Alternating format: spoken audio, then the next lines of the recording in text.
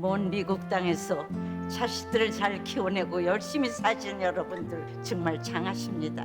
안녕하세요. 전원주입니다. 전쟁도 가난도 겪은 우리 세대는 참 눈물겨운 세월을 살았죠. 아메리칸 드림을 이루기까지 여러분들의 세월이야 어떠셨겠습니까?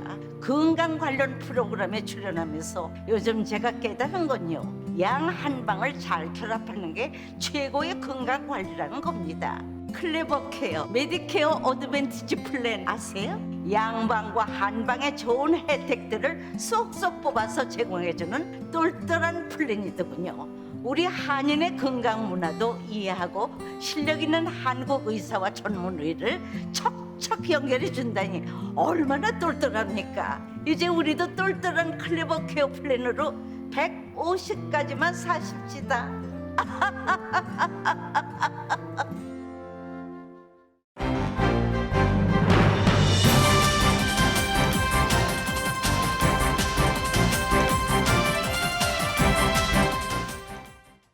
봄을 기다리는 설렘으로 행복한 2월 되시기를 라디오 서울이 응원합니다.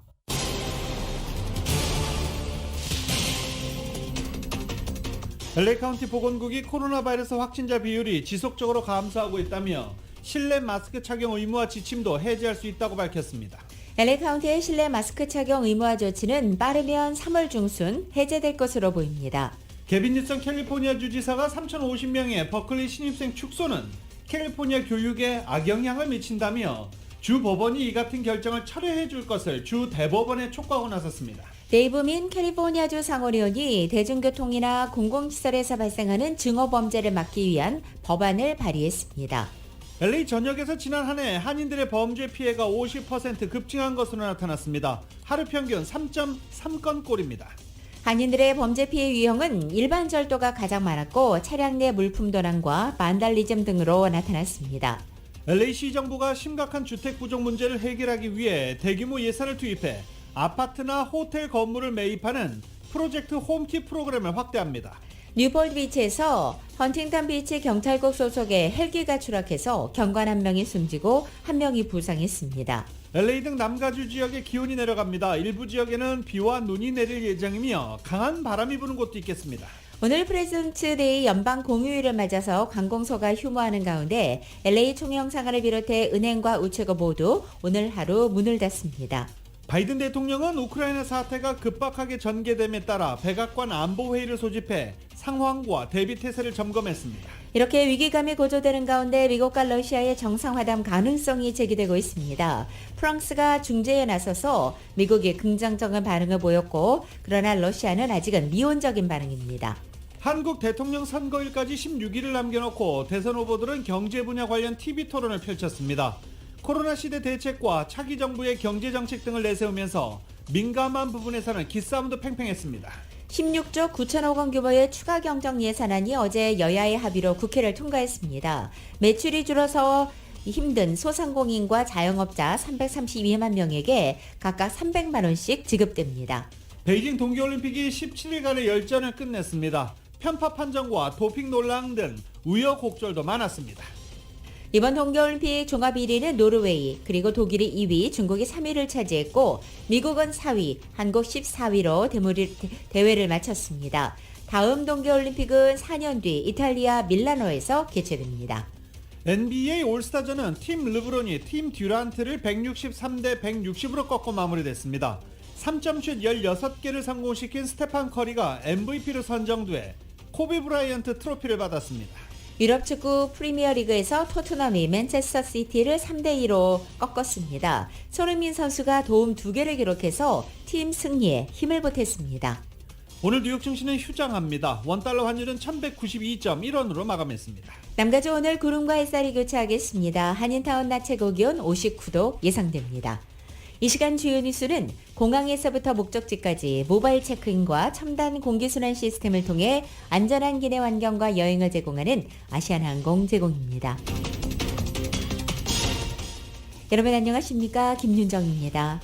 안녕하십니까? 유지승입니다. 2022년 2월 21일 월요일 라디오 서울 모닝 뉴스 2부입니다. 오늘 프레지던트 데이입니다. 연방 공휴일로 관공서들 오늘 문을 닫습니다. 정부기관, DMV, 법원, LA 총영사관, 은행, 우체국 모두 문 닫습니다. 이 페덱스와 UPS 등은 오늘 배달은 이어갑니다. 또 대부분 음식점들과 소매업체들은 문을 열고 영업을 합니다. 월마트와 타겟, 코스코, 대형 슈퍼마켓들도 오늘 오픈할 예정인데 각 지역 매장마다 조금씩 다릅니다. 때문에 오늘 이런 곳 방문할 예정 있으신 분들은 집을 떠나기 전에 오픈 여부를 미리 확인해 볼 것이 권고되고 있습니다. 또 오늘 뭐 할지 고민하시는 분들은 또 남가주에 두 곳의 대통령 기념관 라이브러리가 있습니다. 이거 방문해 보는 것도 좋은 기회가 될 것으로 보입니다. LA 카운티의 코로나 관련 입원 수치가 1,300명대로 떨어졌습니다. 캘리포니아 주정부 자료의 결과 어제 LA 카운티의 입원 환자 수는 1,391명이었습니다. 그 전날 토요일 1,502명에서 감소했고 4,800명 이상을 기록했던 지난달 중순에 비해서 크게 떨어진 것입니다. 중환자실 입원 환자도 지난 19일에는 305명, 어제는 301명으로 4명 줄었고 코로나 사망자는 58명, 신규 확진자는 2,780명으로 집계됐습니다. LA 카운티에서 늦어도 3월 말까지는 실내 마스크 의무화가 해제돼 모든 마스크 관련 규제가 풀릴 전망입니다. 이번 주에 발표되는 연방정부 관련 지침에 따라 해제 시기가 그보다 더 앞당겨질 수도 있을 것으로 관측되고 있습니다. LA 카운티 보건국은 코로나 확진자 비율이 지속적으로 감소하고 있다며 7일 연속 낮은 상태를 유지할 경우 실내 마스크 착용 의무화 지침을 해제할 수 있다고 밝혔습니다. 바바라 페레어 보건국장에 따르면 LA 카운티 실내 마스크 의무화 조치는 3월 중순이나 3월 말에는 해제될 수 있을 전망입니다. LA 카운티는 일일 확진자 수와 입원 환자 수가 지속적으로 감소함에 따라 이 3월 중순에서 3월 말 사이 실내 공공장소에서 마스크를 벗어도 될 것이라고 보건당국은 밝히고 있지만 실내 마스크 의무화 완화를 위해서는 연방질병통제예방센터가 정의한 코로나 바이러스 감염 위험 수준이 보통 수준으로 2주간 지속돼야 합니다. 에리카 세티 LA 시장이 코로나 비상대응 과정에서 투명성이 부족해 혼선을 초래했다는 지적이 나왔습니다. 에리카 세티 시장과 팀원들의 결정을 내릴 때 LAC 부서를 배제해서 비효율적인 운영을 초래했다고 LA타임즈가 보도한 것입니다. 이 신문은 한 컨설팅 회사가 분석한 이 보고서 초본을 검토해 본 결과 팬데믹 초기에 가세티 시장은 신속하고 단호한 결정으로 시민들의 생명을 구했고 코로나 진단검사와 백신 접종 프로그램을 실시하는 데 혁신적인 체계를 도입했지만 바로 이 과정에서 비상대응센터와 소통이 제대로 이루어지지 않았다는 것입니다. 가세티 시장은 주로 저녁 시간에 TV 브리핑을 통해서 LAC의 새로운 정책이나 지침을 발표했고 부서별 실질적인 업무 처리에 차질을 초래했다는 지적입니다. 코로나 사태에 맞서서 미국 정부의 컨트롤 타워 역할을 하고 있는 질병통제예방센터가 정보를 통제한다는 비판을 받고 있습니다. 뉴욕타임즈는 질병통제예방센터 CDC가 코로나 사태 이후 수집한 방대한 자료 중 일부를 일반에 공개하지 않는다는 겁니다. 그 예로 65세 미만 성인에 대한 부스터샷 효과 데이터를 예로 들었습니다. CDC는 데이터를 공개하면서 핵심 연령대 18세에서 49세 사이의 성인에 대한 부스터샷 자료를 누락했습니다. 때문에 미국의 전문가들은 미국에서 집계된 자료가 아닌 이스라엘에서 집계된 자료에 의지해 부스터샷 효과를 분석하고 있다는 겁니다. 뉴욕타임즈는 18세에서 49세의 경우 이미 2차례 접종으로 상당한 면역력이 형성됐기 때문에 이를 통해 다른 연령대에 비해서 부스터샷 효과가 크지 않았을 것이라는 것을 예로 들었습니다. 또 CDC가 홈페이지를 통해 매일 공개하기로 한 생활 하수 분석 자료도 논란이 됐습니다.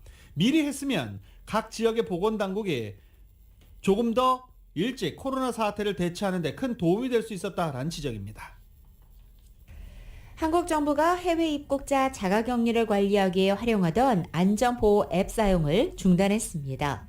해외 입국자 관리를 완화하면서 자가격리 의무화 규정도 역시 조만간에 변화가 이루어질 수 있다는 전망도 나옵니다. 지난 주말 한국중앙방역대책본부는 21일부터 안전보호 앱을 활용한 해외 입국 자가격리자 관리를 중단한다고 발표했습니다.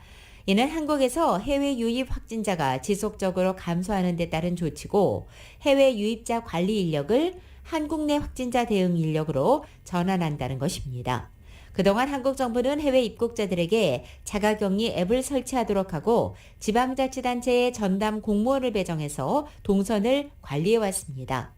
이 해외 입국자에 대한 7일간의 격리 의무화 자체는 계속 유지되지만 이 자가격리 앱을 통한 관리가 중단된다면 격리자에 대한 동선 확인이 사실상 어렵기 때문에 조만간에 의무 자가격리 규정도 완화될 수 있을지 기대가 나오고 있습니다. 식품의약국 FDA가 코로나 바이러스 4차 접종 검토를 시작했습니다. 식품의약국 백신 허가에 대해서 잘 아는 소식통들은 4차 접종 허가 현재 초기 단계라며 4차 접종이 3차 접종 후 약해지는 분자 면역 체계를 강화해 코로나 증상과 중증 위험을 줄여주는지 확인하기 위해 진행 중인 연구 결과에 따라 결정될 것이라고 말했습니다. 4차 접종 대상을 성인 모두로 할지, 특정 연령층으로 할지, 표적을 오미크론 변이로 할지, 백신을 다르게 제조해야 할지 여러 가지 문제를 꼽았고 4차 접종을 코로나 바이러스 백신 접종을 연례화하는 것으로 봐야 할지 검토 대상이라고 붙였습니다. 4차 접종이 허가되면 그 시기는 많은 사람이 독감 백신을 맞는 그 전에 가을에 할 것이다 라고 소식통들은 밝히고 있습니다. 하지만 백신 추가 접종이 허가돼도 백신 접종에 대한 피로감이 접종의 걸림돌이 될 것으로 보이고 있습니다. 미국에서 백신 접종 완료자가 전체 대상의 65%에 그쳤고 추가 접종도 43% 정도만이 마친 상태입니다. 때문에 4차 접종을 한다고 해도 이 수치는 더 내려갈 수밖에 없습니다. 4차 접종이 시작되면 사실상 코로나 바이러스 백신 연례 접종 캠페인이 되는 것으로 분석되고 있습니다. 라디오 설 모닝뉴스 2부 미국가 로컬 소식은 나눔 실천, 오픈뱅크가 생각하는 가장 가치 있는 투자입니다. 나눌수록 커지는 가치, 오픈뱅크 제공입니다.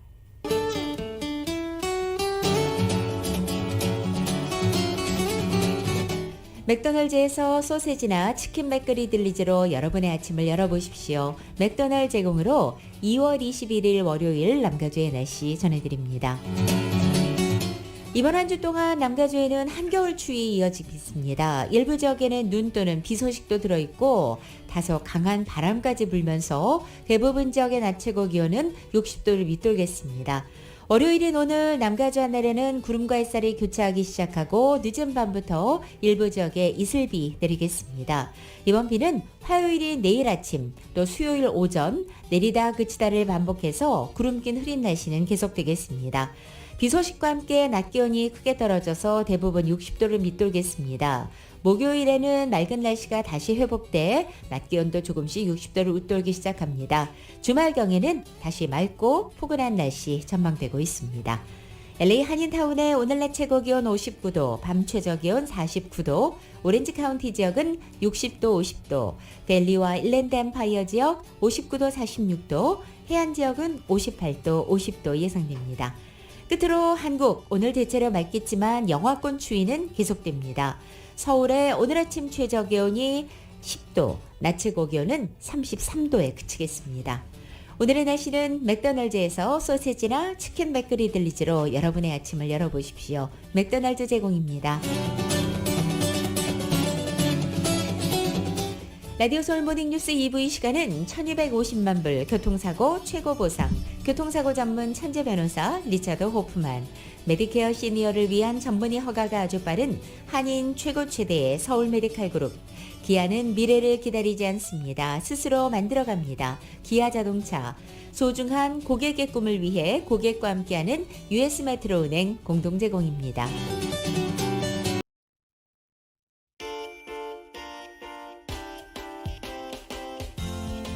라디오 솔 모닝뉴스 2부 이 시각 현재 프리웨이 교통 상황입니다. 10번 웨스트 선상입니다. 피코 블루버드로 내리는 지점 이중 추돌 사고 있습니다. 이번에 10번 이스트 선상 샌페드로 스트리트가 만나는 지점 시그알라 상황 계속되고 있습니다. 약 1시간 뒤까지는 전 레인이 계속 통제될 예정입니다. 10번 이스트 선상에서 샌페드로 스트리트가 만나는 지점 시그알라 상황입니다. 210번 웨스트 선상입니다. 엔젤레스 크리스터 하이웨이와 만나는 지점 고장 차량 한 대 멈춰 있습니다. 405 사우선성 스코볼 센터 드라이버와 만나는 지점에도 고장 차량 2대가 멈춰 있습니다. 참고하시고 안전운전하시기 바랍니다.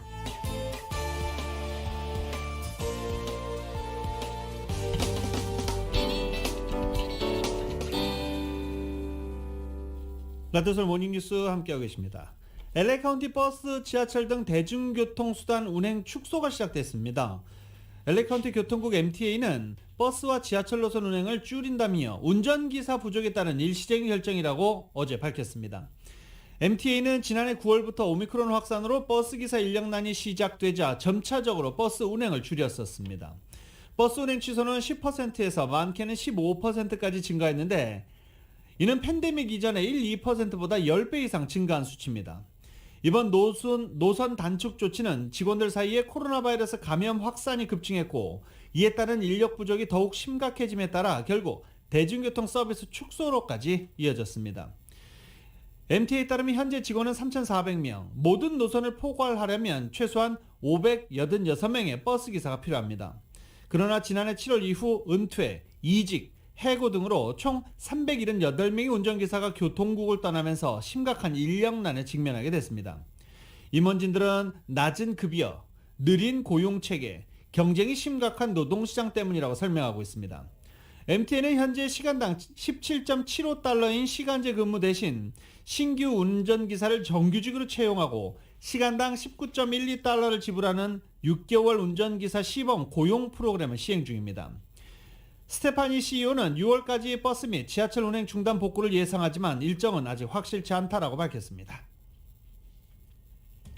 LA 한인타운에서 어제 주택 화재 사건이 발생했습니다. LA 소방당국은 어젯밤 11시 17분쯤 146 노스 아드모어 애비뉴에 위치한 한 주택에서 불이 났다고 밝혔습니다. 화재가 일어난 취초 장소는 그라지였고 이 소방관들이 출동한 상태에서 이 상당한 정도로 파괴가 진행됐으며 불길이 다락방까지 크게 옮겨 붙었다고 밝혔습니다. LA 소방당국들은 즉각 진화 작업에 들어가 불길을 잡기 위해 노력한 결과 오늘 새벽 0시가 조금 넘은 시각에 다행히 진압됐습니다. LA 소방당국은 어제 화재로 인한 인명피해는 없다고 전했고 어제 화재가 어떻게 발생했는지 현재 계속 조사하고 있다고 밝혔습니다. LA 한인타운 인근인 메가더 파크 앞에서 총격 사건이 발생해 한 명이 숨지고 한 명이 다쳤습니다. LAPD에 따르면 어제 오후 12시 50분쯤 메가더 파크 앞에서 2명의 남성이 총격을 당했습니다. 경찰은 피해자 중 한 명은 가슴에 총상을 입고 현장에서 숨졌고 나머지 한 명은 팔에 총상을 입고 병원에 이송됐다고 밝혔습니다. 용의자 신원, 범행 동기, 자세한 정보는 아직 알려지지 않았습니다. LA 카운티의 노숙자 수를 집계하는 인구조사가 내일인 22일부터 사흘 동안 실시됩니다. LA 노숙자 서비스 당국은 당초 지난달에 조사를 실시할 예정이었지만 오미크론 확산이 심각해지면서 한 달 연기해서 진행하는 것입니다. 조사는 밤마다 실시됩니다. 먼저 첫날인 내일은 샌게브리얼과 샌퍼란도 밸리에서 그리고 23일에는 웨스트 LA와 LA 동남부 지역 사우스베이 일대에서 실시되고 마지막 날인 24일은 엔텔르펠리와 메트로 LA, 사우스 LA에서 실시됩니다. 올해 노숙자 인구조사는 2020년 이후 처음 이뤄지는 것입니다. 지난해에는 코로나에 따른 이 자원봉사자들이 모이는 것이 안전하지 않다는 판단 아래 조사가 취소되기도 했습니다. 조사를 바탕으로 집계되는 노숙자 숫자는 LA 카운티의 노숙자 수가 얼마나 늘어나며 또 문제가 얼마나 심각해졌는지 보여줄 수 있는 자료가 될 수 있습니다. LA시 정부가 심각한 주택 부족 사태를 해결하기 위해서 대규모 예산을 투입해 아파트나 호텔 건물을 매입하는 프로젝트 홈키 프로그램을 확대합니다. LA시 주택국은 주정부와 자체 예산 5억 800만 달러를 투입해 LA에 위치한 아파트나 호텔 건물 16동을 구매하는 계획을 승인했습니다. LA시는 이들 건물 매입을 통해 총 1276개의 주거용 유닛을 확보한다는 계획입니다. 유닛당 매입 가격은 39만 8천 달러입니다. LA시가 이번에 매입하는 건물들은 헐리우드, 벨리, 사우스 LA, 이스트 LA 등 다양한 곳에 위치했습니다.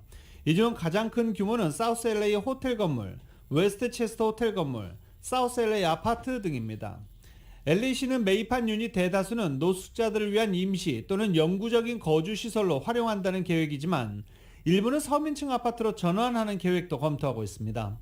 이는 LA시 의회가 노숙자뿐 아니라 저소득층이 감당할 수 있는 저렴한 아파트 부족 사태도 심각한 상태라고 지적했기 때문입니다.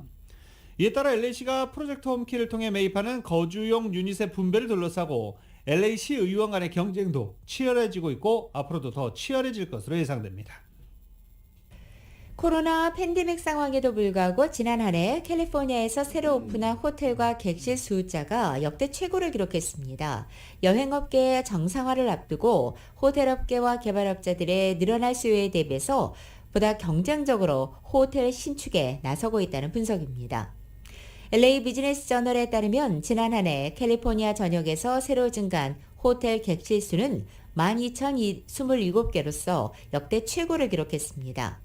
각 카운티별로 살펴볼 때 LA 카운티가 가장 많았습니다. 21개의 호텔과 3,249개의 객실이 늘었는데 이것은 2020년도의 객실 1,101개와 비교할 때 거의 3배나 급증한 숫자입니다.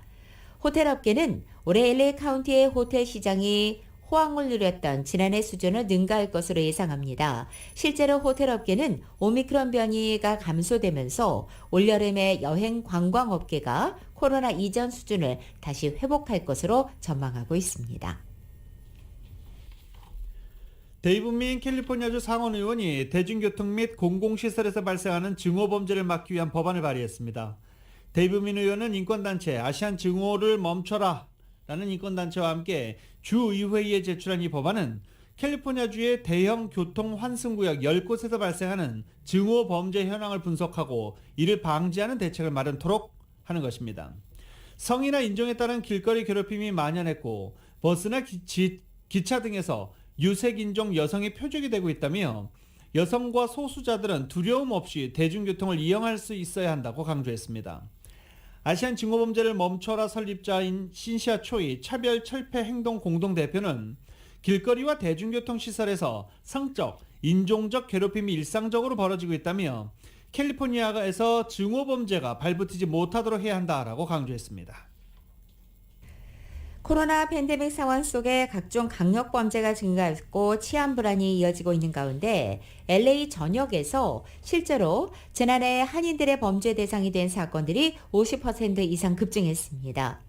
LAPD의 공식 범죄 발생 통계 자료를 분석해 본 결과 2021년 한 해 동안 LA 전역에서 발생한 범죄 가운데 피해자가 한인으로 분류된 사건이 모두 1,221건에 달했습니다. 이것은 하루 평균 3.3건의 꼴로서 지난해 매일 3명 이상 한인들이 범죄의 표적이 됐다는 것입니다. 특히 지난해 한인 대상 범죄 사건 발생 건수는 전년도 2020년도 870건에 비해서 무려 51.3%가 는 것입니다. LA 지역 한인들이 당한 범죄 피해의 유형별로는 일반 절도가 가장 많았습니다. 이어서 차량 내 물품 도난과 반달리즘, 신원도용, 차량 도난 등의 그 순이었습니다.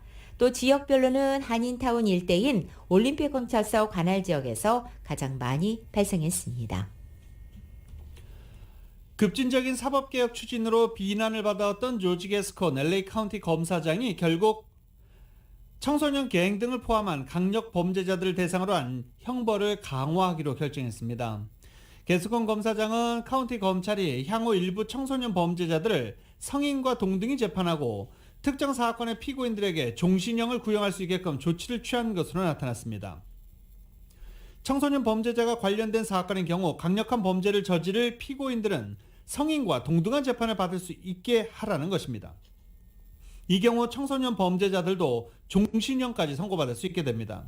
성인 범죄자 또한 특별위원회에서 강력 범죄를 판단할 경우 종신형 선고를 받을 수 있게 됐습니다. 단 여전히 게스콘 검사장은 사형 선고 금지 조치를 유지했습니다. 게스콘 검사장은 지난 2020년 말 취임 직후부터 보석금 제도 폐지, 갱단원 등 중범죄자들에 대한 가중처벌 기소 중단, 사형제 폐지, 범죄자 형량 재심사, 미성년자 범죄 시 성인과 동등한 처벌 금지 등 파격적인 검찰개혁을 추진해와서 비판을 받고 있고 리콜 추진하는 캠페인도 벌어지고 있는 중입니다.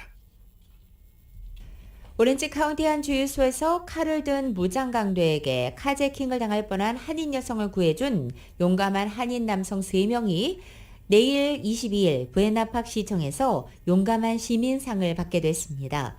부에나팍 시 당국은 22일 오후 4시경 부에나팍 시청에서 이들 3명에게 용감한 시민상을 수여할 예정이고 또 오렌지 카운티 북부 한인회는 23일 이들에게 역시 표창장을 수여할 계획이라고 밝혔습니다.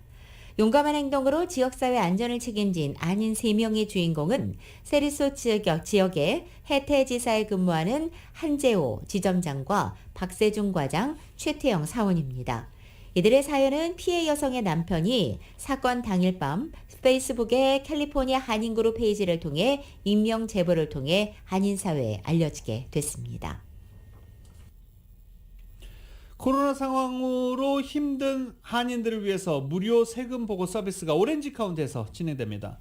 오렌지 카운티 한인회와 굿핸즈 파운데이션은 3월 2일 수요일 오전 9시부터 정오까지 한인회관에서 저소득층 한인들을 대상으로 개인 세금 보고 무료 대행 서비스를 갖는다고 합니다.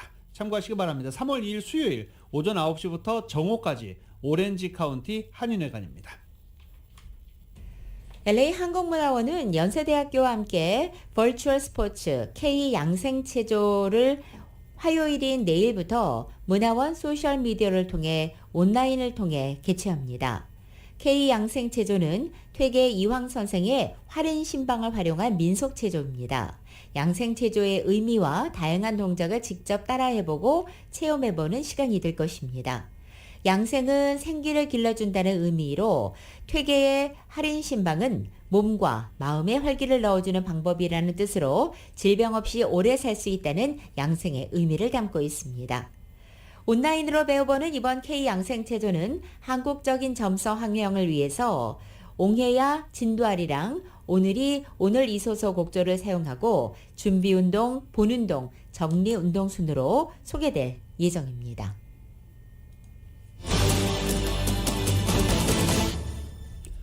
라디오설 모닝뉴스 함께하고 계십니다. 우크라이나를 둘러싼 위기가 고조되는 가운데 미국과 러시아 정상회담 가능성이 나왔습니다. 프랑스의 중재에 미국은 긍정적인 입장은 반면 러시아는 다소 미온적인 반응인데 성사되면 전쟁 분위기를 가라앉히는 계기가 될지 주목되고 있습니다. YTN입니다. 러시아의 우크라이나 침공이 임박했다는 미국의 상황 인식까지 바뀐 건 아닙니다. 토니 블링컨 국무장관은 방송에 잇따라 출연해 러시아의 우크라이나 침공이 현실화 직전 상황에 있다고 말했습니다. Well, it certainly looks like everything we said was likely to occur in the lead up to the actual invasion is happening. We're seeing false flag operations taking place in eastern Ukraine. 하지만 미국은 외교적 해결 기회를 끝까지 놓치지 않겠다는 입장입니다. 백악관의 젠 사키 대변인은 바이든 대통령이 프랑스가 제안한 푸틴 러시아 대통령과의 정상회담을 원칙적으로 수락했다는 내용의 성명을 발표했습니다. 러시아의 우크라이나 침공이 일어나지 않는다면 회담에 응한다는 겁니다. 애초 정상회담을 제안한 프랑스는 푸틴 러시아 대통령도 회담에 동의했다고 확인했습니다. 엘리제 궁은 성명에서 마크롱 대통령이 바이든, 푸틴 두 대통령에게 유럽의 안보와 전략적 안정을 위해 정상회담을 열 것을 제안했으며 두 대통령은 이에 원칙적으로 동의했다고 밝혔습니다. 엘리제 궁은 블링컨 미국 국무장관과 라브로프 러시아 외교장관이 오는 24일 회담을 열어 정상회담 의제를 조정할 것이라고 말했습니다. 같은 날 바이든 미국 대통령도 서방 주요 7개국 정상들과 화상회의를 열 예정입니다. 우선 동부 돈바스 지역의 우발적 충돌을 막고 새로운 영내 질서의 틀을 만들어내는 게 정상 간 담판의 목적일 텐데 회담이 언제 열릴지는 아직 불분명합니다. YTN 송태엽입니다. 블라디미르 푸틴 러시아 대통령이 현지 시간으로 21일 이 우크라이나 동부 돈바스 지역의 친러시아 분리주의자들이 선포한 자칭 도네츠크 인민공화국과 루간스크 인민공화국의 독립 승인 문제를 검토할 필요가 있다고 밝혔습니다. 푸틴 대통령은 이날 소집한 확대 국가안보회의에서 두 공화국의 독립 승인 요청을 염두에 두고 돈바스 지역의 분쟁 격화에 대한 러시아의 대응을 논의할 것을 제안한 것입니다. 러시아가 실제로 두 공화국의 독립을 승인하면 우크라이나 정부군과 싸우는 분리주의 공화국 반군에 공개적으로 군대를 파견하는 길이 열리게 됩니다. 이러한 러시아의 행보는 두 공화국의 독립 추진에 각별히 민감하게 반응하고 있는 우크라이나와의 전면적인 무력 충돌을 야기할 위험성이 커 보입니다. 트럼프 전 대통령이 온라인 영향력 회복을 목표로 직접 만든 소셜미디어 오늘 출시됩니다. 트럼프 전 대통령이 온라인 영향력 회복을 목표로 직접 만든 소셜미디어 오늘 공개되는데 이름이 트루스 소셜입니다. 애플 앱스토어를 통해서 배포된다고 보도됐습니다. 트루스 소셜 배포가 예정된 오늘 프레지던스 데이 대통령의 날입니다. 2024년 대선 재출마를 의사를 밝히고 있는 트럼프 전 대통령이 오늘 맞춰서 출시를 선택했을 거라는 분석입니다. 트럼프 전 대통령은 2020년 11월 대선 패배 이에 불복한 뒤 허위 정보를 지속적으로 유포한다는 이유로 트위터와 페이스북 등 소셜미디어에서 퇴출당한 바 있습니다.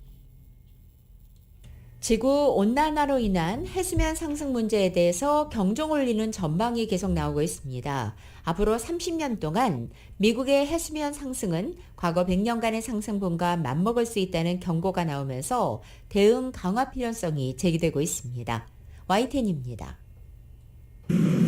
미 국립해양대기국은 미국 연안지대 해수면이 2050년까지 평균 25에서 30cm 상승할 것으로 내다봤습니다. 1920년에서 2020년 사이 100년간의 해수면 상승과 맞먹는 수준입니다.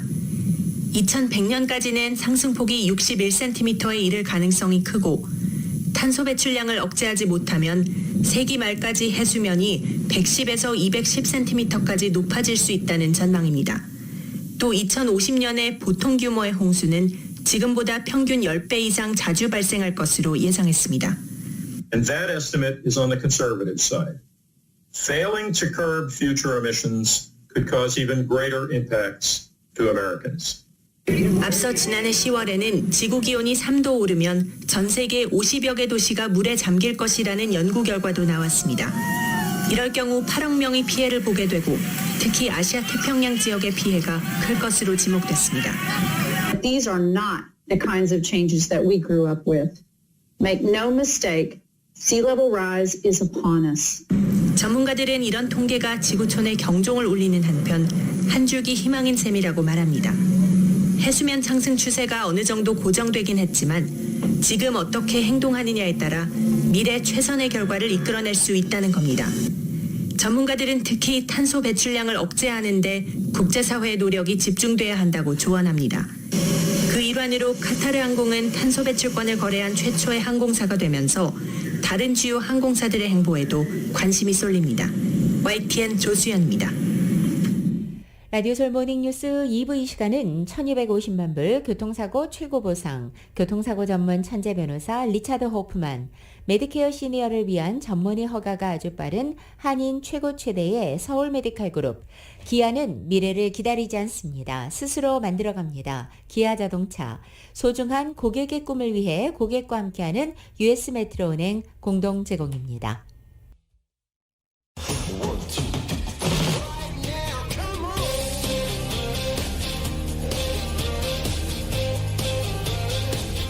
라디오솔 모닝뉴스 스포츠 소식입니다. 스포츠 소식은 전문가가 추천하는 이민법과 가정법 전문 최인정 종합법률사무소 제공입니다. 지금 전에는 최세영 스포츠 해설위원 연결되어 있습니다.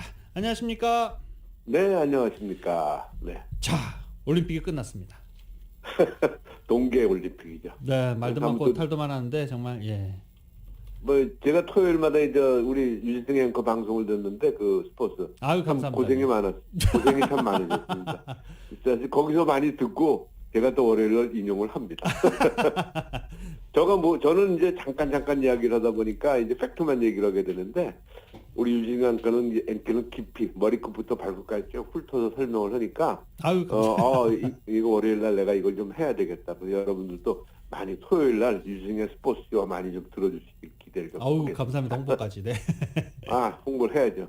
사실은 그것도 그렇고 골프 대회 좀 우리 그 라디오 서울에서 주최하는 거 있잖아요. 네네네. 그것도 좀 홍보를 해야 되는데 아무튼 다음 주엔 좀 홍보를 좀 하도록 하고요. 일단 뭐 지금 말씀하신 대로 여러 가지 악재가 좀 불편했잖아요. 여러 가지로. 베이징 동계올림픽이 막을 내렸는데요. 당초에 그 우리나라가 금메달 한두 개로 종합 15위가 목표를 조촐한 그런 목표를 가지고 중국에 떠났는데 대표팀이 중국의 텃세 그리고 편파 판정 그리고 편파 판정에 대한 경계심 그리고 선수들 간의 내부 갈등까지 겹치면서 아주 비관적인 전망이 나왔었잖아요. 네. 그런데도 대표팀은 그 쇼트트랙에서 금메달 2개, 은메달 3개를 따르면서요. 또 쇼트트랙 출전국 중에서 일단은 최고 성적을 거뒀어요. 그래서 92년도에 알베르빌 그 동계올림픽부터 정식 종목으로 채택된 쇼트트랙을 해서 무려 현재까지 24개의 금메달을 수확을 했고요. 아주 수많은 스타 배출로 효자 종목이 됐고 뭐 심지어 이것 때문에 그 러시아로 다 망명해서 또 거기서 또 망명이 아니죠. 이제 국적을 바꿔서 귀화해서 스타가 된 선수도 있고 이런데 여기에 더해 한국의 지도자들이 해외 각국으로 이제 나갔잖아요. 영입이 돼가지고 그래서 기술을 또 도입을 했어요. 그러니까 분명히 이게 쇼트트랙이 한국 선수에게 대단한 그런 효자 종목인 건 맞는데 이러다 보니까 신체 조건이 우세한 유럽과 미국이 한국인 코치들의 코치가 이어지면서 강세가 두드러지기 시작했다고 그래요. 그래서 지난 4년 동안 아무튼 여러 가지 좌우지간 힘든 일이 있었음에도 이렇게 좋은 성적을 냈다 하니까 정말 박수를 쳐주고 싶은 생각이 들고요. 이런 가운데 아무튼 황대현과 최민정이 금메달을 2개를 따면서 결국은 목표했던 메달 순위를 14위로 끝냈죠. 그래서 정말 선수들의 선전에 큰 박수를 보내고 싶고 토탈 금 2개, 은 5개, 동 2개, 종합 14위, 15위에서 14위 했으니까 목표를 오버한 거예요. 그리고 눈여겨볼 건 스피드 스케이트 등에서도 은 2개와 동 2개로 역시 선전을 했다는 그런 소식으로 동계올림픽은 마무리를 해야 될 것 같습니다. 네.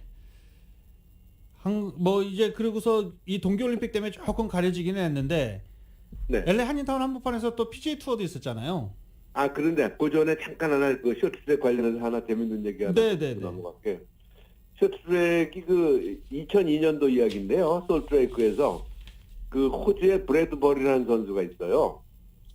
근데 이 선수가 1000m 결승에서 예선에서 앞 선수 3명이 모조리 넘어지는 바람에 조 2위로 결승에 진출을 했고요. 꼴찌로 가던 선수인데 결승에서는 또 5명의 선수 중에 앞에 4명이 모두 넘어졌어요. 5명이 뛰었는데 그러면 어떻게 되죠? 금메달이네요. 보니까 뒤에 간 게 오히려 좋은 거예요. 4명의 선수가 앞에서 막 각축을 벌리고 한 5m 뒤에서 천천히 갔거든요. 그리고 호주가 원래 쇼트트랙 강국도 아닌데 금메달을 땄어요. 네. 그래서 이게 쇼트트랙이 111m 원을 도는 거 아니겠습니까? 그렇기 때문에 굉장히 기술도 필요하지만은 운도 많이 따르는 것이 쇼트트랙이다. 그런 가운데 한국 선수가 선전했다. 이렇게 말을 끝내고 싶고요. 지금 말씀하신 대로 LA 근교 리비에라 컨트리 클럽에서 열렸죠. 정말 저도 첫날 갔었는데 한인분들이 많이 오셨더라고요. 그래서 한인분들이 결승전에 오셔야죠. 그러니까 이틀 있다가 혹시라도 한국 선수들이 컷오프 되게 되면은 못 보지 않느냐. 그래서 첫날 오는 게 좋다고 그렇게 말씀을 하시는데 그것도 또 말이 되죠. 그래서 아무튼 여러 가지로 좋은 그런 상황이었어요. 날씨도 너무 좋았고 타이거 우즈가 주인장 호스트로 나서는 그런 것 때문에 많은 갤러리를 불러 모았는데요. 경기 결과는 이 대회 53년 만에 칠레의 호아칸 리만이라는 선수가 와이어 투 와이어 우승을 차지했어요. 와이어 투 와이어는 아시다시피 첫날부터 끝날까지 한 번도 1위를 뺏기지 않았다 하는 그런 이야기죠. 그래서 리만은 4일 동안 꾸준히 선두를 지켜서 4라운드 합계 19언더파 265타로 세계 랭킹 2위 콜린 모리카와 이 선수 꾸준해요. 일본계 물론 미국 대선 1번이지만 그리고 신인 캐머린 영 등 2명의 미국 선수를 2타 차로 누르고 2019년 밀리터리 트리뷰트 매터 그린 브라이스 대회 이름 되게 기네요. 되게 길어요. 네. 밀리터리 트리뷰트 앳 더 그린 브라이스. 천천히 읽어야 돼요. 그래서 2년 7개월 만에 통상 두 번째 우승을 차지하면서 200만 달러가 넘는 그 상금을 받았어요. 그래서 재밌는 경기였고, 경기 초반 상위 입상을 기대했던 이경훈 6언더파 26위, 그리고 한국 선수로는 임성재 33위, 김시우 73위로 하위로 부진했다, 이렇게 소식이 들어와 있고요. 역시 관심은 타이거 우즈가 뛰든 안 뛰든 필드 근처에 왔다 갔다 하는 것만 해도 그게 또 큰 홍보네요. 그래서 타이거 우즈가 시상식에 나와서 니만에게 트로피를 전달했는데 또 난리가 났어요. 그 시상식까지 대부분 잘 안 보거든요, 사람들. 근데 우즈가 나온다 그래서 시상식까지 끝까지 봐주는 그런 팬들의 열성이 보였다 하는 그런 대회로 마무리가 됐습니다. 자, 이제 유럽 축구 손흥민 선수가 뭐 골은 기록하지 못했지만 그래도 아주 경기를 이끌어가는데 맨시티 킬러로서는 유감없는 활약을 펼쳤죠. 그렇죠. 맨시티가 굉장히 강한데 어제 간단히 말씀드리면 주말에 손흥민 토트넘이요, 강호 맨시티와 원정 경기에 있거든요. 손흥민이 도움 2개, 케인의 멀티골로 3대2로 역전승을 했어요. 그래서 리그 3연패 탈출을 했고요. 연패 탈출의 청신호. 그리고 이제는 뭐 손흥민도 중요하지만 우리 금년도에 무슨 대회가 열리죠? 월드컵 아닙니까? 월드컵에 우리가 이제 기대를 하면서 모든 스포츠 팬들은 이 여름이 가고 카타르에서 열리는 월드컵에 우리 라디오 서울 광장에서 멋진 응원을 할 수 있는 날을 좀 기대를 해보도록 하겠습니다. 네. 네, 오늘도 다양한 스포츠 소식 대단히 감사합니다. 네, 고맙습니다. 지금까지 최세영 스포츠 해설위원이었습니다.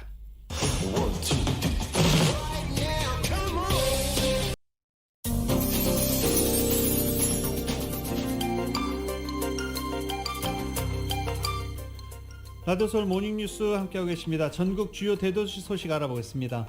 뉴욕시가 지하철 안전 강화 대책을 내놨는데 이 안전 강화 대책 내놓은 지 발표 하루 만에 5명이 지하철 안에서 칼에 찔려 다치는 사건이 발생했습니다. 여전히 승객들은 불안에 떨고 있습니다.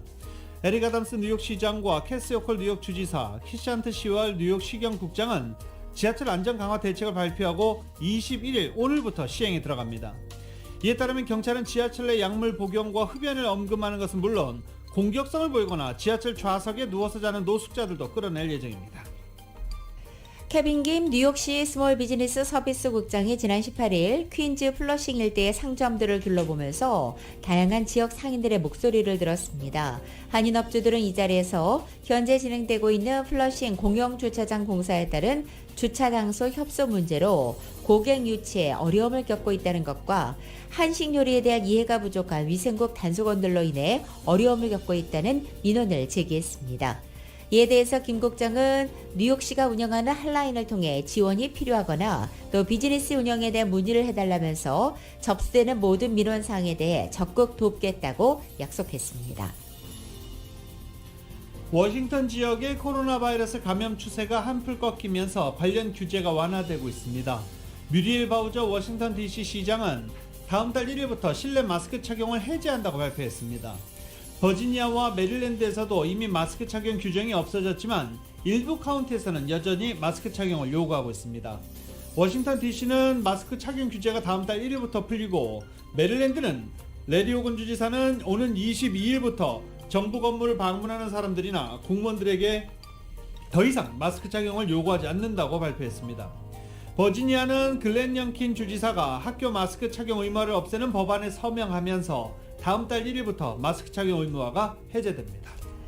워싱턴 지역의 연방보조 영양지원 프로그램, 즉 푸드 스탬프의 대상자들이 이번 달 $95 상당을 추가로 지원받게 됐습니다. 연방농무부가 지난해 10월 2021-22 회계년도 푸드 스탬프의 혜택을 25% 인상했고 버지니아와 메릴랜드를 포함해서 34개 주에서 2월 한 달 동안 일회성으로 $95를 추가 지급한다고 밝힌 것입니다. 이번 추가 지원으로 인해서 푸드 스탬프 대상자 4,200만 명이 혜택을 받게 됩니다. 한미 동맹 강화를 목표로 내세운 미주 한미 동맹 재단이 출범했습니다. 재단은 버지니아주 타이슨스 코너의 한 호텔에서 창립식을 열고 본격적인 활동을 시작했습니다. 비영리인 이 단체는 워싱턴 DC에 본부를 두고 LA와 뉴욕, 샌프란시스코 등 미국 내 7개 지부와 연계해 한미 동맹 이해 강화를 위한 다양한 포럼과 교육 프로그램을 운영할 예정입니다. 창립식에는 최태원 회장을 비롯해 캐슬린 스티븐슨 전 주한 미국 대사, 챗 피터슨 버지니아주 상원의원, 마크 킴, 아이딘슨 버지니아주 하원의원 등이 참석했고, 최 회장은 이 자리에서 한미동맹은 정치, 경제, 사회, 문화 전반에 걸쳐 한미 양국 모두의 미래를 위해서 가장 우선시돼야 하는 현안이라고 말하고, 비영리, 비정치 민간단체로서 한미동맹이 더 굳건해질 수 있도록 다양한 사업을 추진하겠다고 밝혔습니다. 전 세계에서 가장 부유한 지역 중 하나로 꼽히고 있는 실리콘밸리에서는 매일 한 명씩의 노숙자가 사망하고 있는 것으로 나타났습니다. 노숙자 보호단체가 제시한 자료 결과 실리콘밸리가 위치해 있는 산타클라라 카운티에서 작년 12월 14일부터 올해 1월 22일 사이 모두 30명의 노숙자가 사망했습니다. 산타클라라 카운티 자료에 따르면 2021년도에 사망한 노숙자는 250명으로 노숙자 보호단체들의 주장을 뒷받침하고 있습니다. 한 노숙자 보호단체에서는 노숙자들의 사망 원인으로 마약 복용과 한파로 인한 동사, 그리고 밤거리에서 차량에 의한 교통사고라고 밝히고 있습니다. 시애틀 워싱턴 주정부가 다음 달 21일부터 주 차원에서 대부분의 마스크 착용 의무화 조치를 해제합니다. 전면 해제가 아닌데다가 지역별로 마스크 착용을 계속할지 여부를 결정하도록 위임한 상태여서 주민들이 혼동스러워하고 있다라는 보도입니다. 더욱이 워싱턴 보건 전문가들은 현재도 코로나 상황이 끝난 상황이 아닌 만큼 본인이 원할 경우 공공장소에서는 마스크를 착용하는 게 좋다라고 당부하고 있는 상황입니다. 제인슬리 워싱턴 주지사는 주내 각급 학교는 물론 보육시설, 식당, 실내 공공장소 등 마스크 착용 의무화 조치를 3월 21일부로 전면 해제한다고 발표한 바 있습니다. 이상 전국 주요 대도시 소식이었습니다.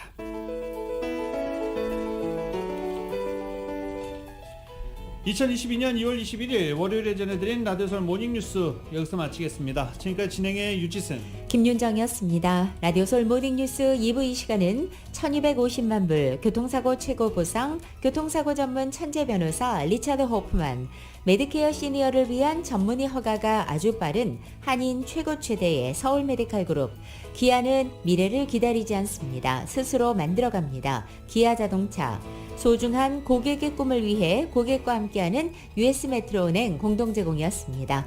잠시 후 9시에는 강혜신의 오늘의 미국이 방송됩니다. 함께해 주신 여러분 고맙습니다.